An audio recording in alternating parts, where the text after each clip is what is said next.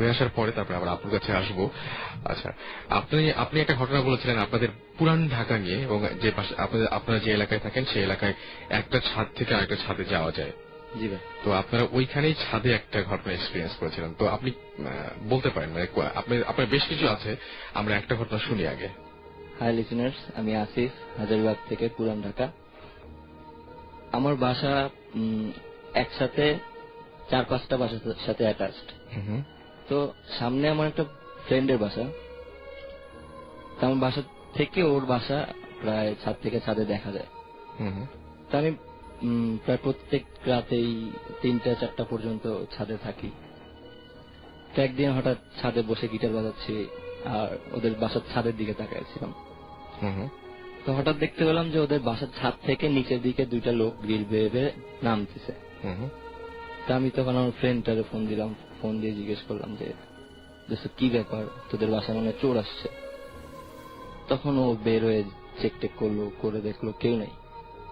তারপর বাবা আমাকে ঢাকায় নিল, ঢাকায় নিয়ে বলতেছে যে বাবা কি হয়েছে, কি ঘটনা। তখন আমি বললাম যে আঙ্কেল এইরকম এরকম বাসা থেকে উপর থেকে 2টা লোক করে নিচে নামতে দেখলাম। তারপর আবার ব্যাক করে আবার সেই ছাদে বসলাম, বসে আবার সেই ছাদের দিকে তাকায় আছি। আপনি আমাকে একটা ঘটনা বলার সময় আজকে একটা ঘটনা খুব অদ্ভুত টাইপের বলছিলেন জিনিসটা, সেটা হচ্ছে যে আপনি এই শোতেই শুনেছেন, কিন্তু মানে এটা কিন্তু সুমন ভাই অ্যাডভাইস করেননি। আপনি যেটা বলছিলেন যে সুমন ভাই যেটা করেন যে কোনো ভয় পেলে বা কোনো কিছু দেখলে সেটা ভালোভাবে দেখতে চান বা জিনিসটা খতিয়ে দেখতে চান। তো ভালোভাবে দেখতে চাওয়া, আমি এখানে শুনেছি ফেস করা, রাইট, ফেস করা, এবং আপনিও সেই জন্যই ফেস করতে চেয়েছিলেন, রাইট? ওকে, তারপরে তো আমি যখন দেখলাম যে সেম জিনিসটা আমি আবার দেখলাম যে আবার 2জন নামতেছে, উপর থেকে নিচে নামতেছে। আমি আবার ফ্রেন্ডটাকে ফোন দিলাম যে ঘটনাটা কি। তখন ও বললো যে ও আর কিছু না বলে বলতেছে তুই কিছু করিস না, তুই দেখ ব্যাপারটা কি। আচ্ছা, আমি একবারে পাশের ছাদে গিয়ে দেখতেছি যে ঘটনাটা কি। আচ্ছা, যখন পাশের ছাদে গেলাম, গিয়ে দেখে আবার নেই। আচ্ছা, তখন আমি ভাবছি যে হয়তো হ্যালুসিনেশন কিছু আমার হচ্ছে। তা আমি আবার বসে সেম কাজটা করতেছি। দেন ওই ছাদের মধ্যে সিরিয়ালি 5জন ছাদের মধ্যে এন্ট্রি করে। তার মধ্যে 3জন হচ্ছে 3 কর্নারে দাঁড়ায় আর 2জন মাঝখানে। কি করতেছিল আমি বুঝতেছিলাম না, জাস্ট দেখতেছিলাম যে 3 কর্নারে 3জন আর মাঝখানে 2জন। তার মধ্যে আরেকজনের এন্ট্রি, সে কিনা অনেক লম্বা, মেবি 7 থেকে 8 ফিট, পরনে তার বিশাল একটা আলখাল্লা, পাঞ্জাবির মতন অনেক বড়, সাদা রঙের। তো সে মনে হচ্ছিল যে শূন্যে ভাসতেছে।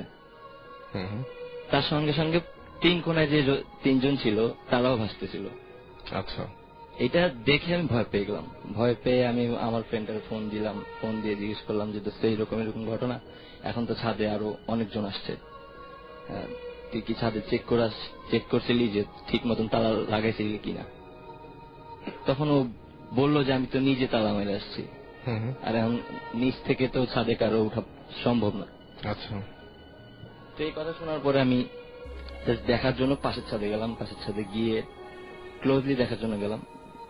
যখন আমি ছাদের মিডল পয়েন্টে চলে আসছি, তখন দেখি কেউ নেই। এবং সঙ্গে সঙ্গে আমার উপর দিয়ে মনে হলো যে কি একটা যেন চলে গেল। আচ্ছা, গরম হাওয়ার মতন, আর মনে হচ্ছিল যেন সুই বিতেছে শরীরের মধ্যে। আর কে যেন আমাকে বুকের মধ্যে প্রচন্ড জোরে একটা লাথি মারে, আর তখনই আমি অজ্ঞান হয়ে পড়ে যাই। দেন সকালবেলায় আমি ঘুম থেকে উঠি আমার বিছানায়, বাট আমার যে ইনস্ট্রুমেন্ট গুলো ছিল, গিটার ছিল, তারপর পানির বোতল ছিল, আমার লাইটার ছিল, সব আমি ছাদে পাই। ওকে, ইন্টারেস্টিং। আচ্ছা আপু, আপনার কি আর কোনো ঘটনা আপনার শেয়ার করার মতো আছে কিনা, আপনাদের ওইখানে জানা বা শোনা এরকম কিছু, রহনপুরেই হোক সেটা বা দিনাজপুরে হোক, বা আপনি ইন্ডিয়ায় ছিলেন অনেকদিন সেখানে হোক, এরকম কোনো ঘটনা কি আছে নাকি? আর ঘটনা বলতে